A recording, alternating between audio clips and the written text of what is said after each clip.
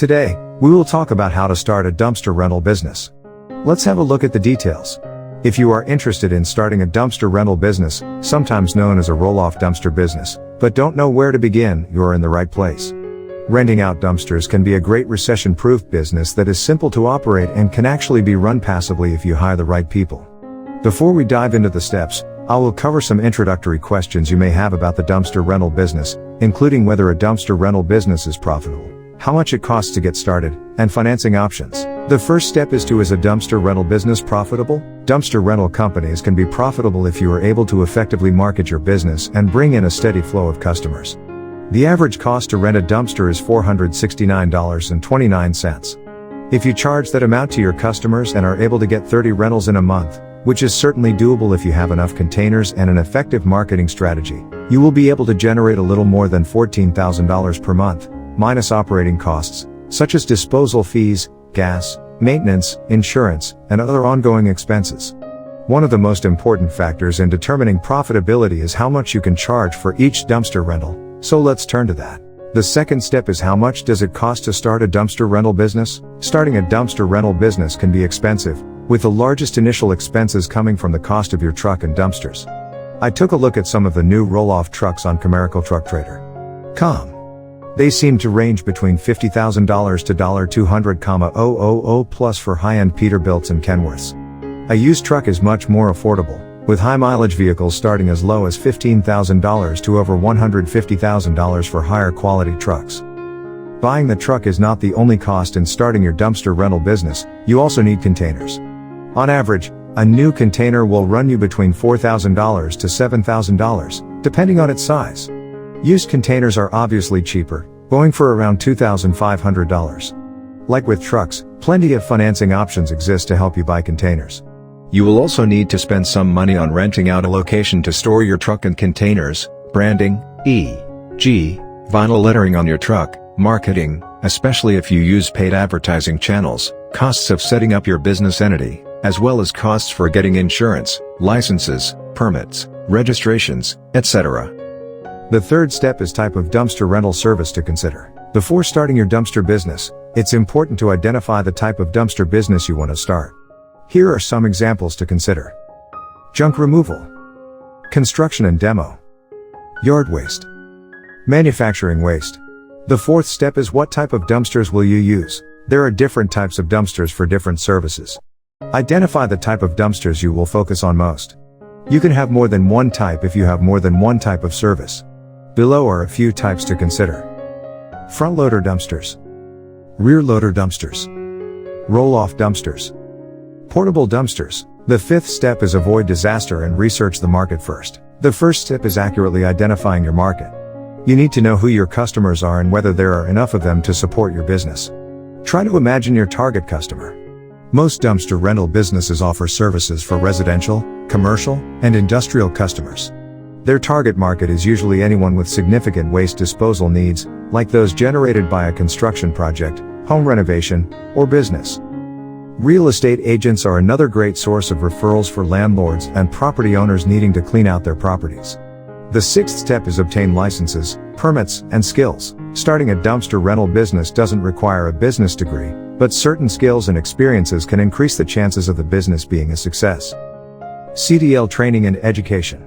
According to driving tests, driving a roll-off truck requires a commercial driver's license or CDL. The requirements to earn a CDL vary from state to state, but most states require that drivers complete a CDL training and education program. In many cases, you will need to get a general business license, which is usually not too expensive or difficult to obtain, but there may be other, more specific, permits or licenses required, depending on where you live and the scope of activities you plan to engage in. Besides this, organization skills, customer service skills, attention to detail, networking skills, marketing skills, needed to start this business. The seventh step is how will you dispose of waste? You'll need to research the best way to dispose of the waste picked up from your customers. Do you use the local landfill, or are there other methods to dispose of the trash? It's in your best interest to determine this since it's a big part of your business expenses. For construction waste disposal, you can give your customers a discount if they separate the end according to environmental laws. You won't have to separate the material, saving you labor costs that can be passed on to the customer. Scheduling your pickups is an important part of your business. You want to ensure your trucks are always on time. You'll need software that can help you stay on track with pickups and deliveries of your bins. The 8th step is selecting the best location for your dumpster business. If you locate in an area where there is no demand for your service, then it's a waste of time to start a dumpster business in that area. You want to find an area where there is a demand for your service. On the other hand, you don't want to get into an area where there is so much competition that there's no room for new business. The best scenario is to find an area where demand for your service is strong and there is room for a newcomer. You need to be as close to your customer base as possible. Naturally, it wouldn't make sense to service customers that are 2 hours away from you. You need to be able to drop off empty dumpsters to your customers and pick them up as soon as possible. You also want to consider how far it is to the disposal sites you'll be using. Sites that are hours away will interfere with the efficiency of your operation. The 9th step is stay up to date with regulations. There are many new regulations for waste disposal compared to the rules of the 70s. With this type of business, you want to make sure you are abiding by the law, and you want to keep up to date with changing regulations related to waste removal. There are different types of waste. For example, renovation businesses need to remove debris from construction sites. Are you considering eliminating all kinds of waste or specialized removals such as plastics or foods? The type of waste you will be disposing of will determine the regulations you must follow. The 10th step is hire employees. While a dumpster rental business may be able to initially handle all of the work associated with the business, as the business grows, an additional driver may be helpful. According to Indeed, waste management truck drivers earn an average of $17.11 per hour. In addition to budgeting for salaries, the business budget will also need to incorporate expenses like workman's comp insurance, paid time off, and health insurance contributions. The 11th step is protect your business with proper insurance. It's a must to have the right business insurance. Without it, you could be out of business and be personally liable for damages resulting in millions of dollars in losses. For example, suppose someone is driving behind your truck. Debris flies out of your dumpster and causes an accident. Inadequate insurance could be the end of your business. Another example is your dumpster is at a customer's location, and a contractor falls off the roof and hits your dumpster. The contractor is paralyzed for life. You could be involved in a liability lawsuit because your dumpster was at the scene. If not, the contractor would have hit the grass instead of your dumpster, which would have caused a softer landing and fewer injuries. The 12th step is negotiate with landfills. Great partnerships with landfill operators will go a long way toward contributing to your bottom line. Operators commonly charge per-ton rates, which are negotiable in many instances. Moreover, there are different kinds of landfills. Most handle rubbish classified under Subtitle D as non-hazardous material by the U.S. Environmental Protection Agency. However, hazardous materials fall under stringent and costly federal and state regulations that are much different from non-hazardous rubbish.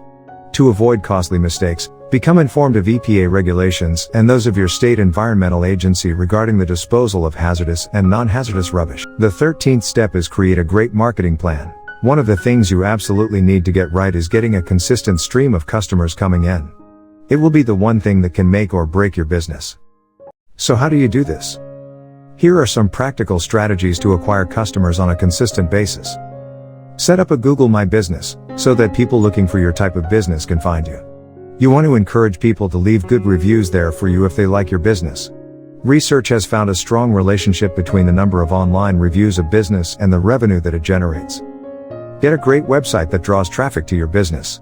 You can use the free website offered by Google that we mentioned earlier, but if you really want to draw traffic and customers to your website, you may want to hire an online marketing expert to help you optimize your website for traffic and leads. Get on Yelp for Business and let your customers find you. They are an extremely well-known brand, and many people look there when searching for local businesses. Check them out below to learn more. In addition to advertising on Yelp, you can buy online ads from other online and social media outlets, Facebook, etc. If you want to go old school, you can also advertise in your local newspapers, circulars, or through direct mail, etc. If you want to service the construction industry, reach out to local builders and landscapers to see if they have a need for dumpster rental services. Do some research on how much your competitors are charging and beat them on pricing. You may need to offer deep discounts in the beginning to land those contracts, but once you have developed a good reputation, you should be able to operate without offering those types of steep price cuts. The 14th step is expanding with complementary services. Okay, so you're on your way. Now, consider how you might offer complementary, diversified services. Not only can they help you carve out a competitive advantage, but they can also help you safeguard your business from an unforeseen economic downturn. And the best way to identify those opportunities? Listen to your customers. Understand their needs. For example, have you considered delivering portable restrooms to your construction clients? What about offering hazardous waste disposal as a way to open up a new stream of recurring business? One of our roll-off customers ordered a custom dump body, auger, and plow. His snow removal services proved to be a great way to supplement revenue in the slow winter months. Thanks for watching our video. Please don't forget to subscribe to our channel.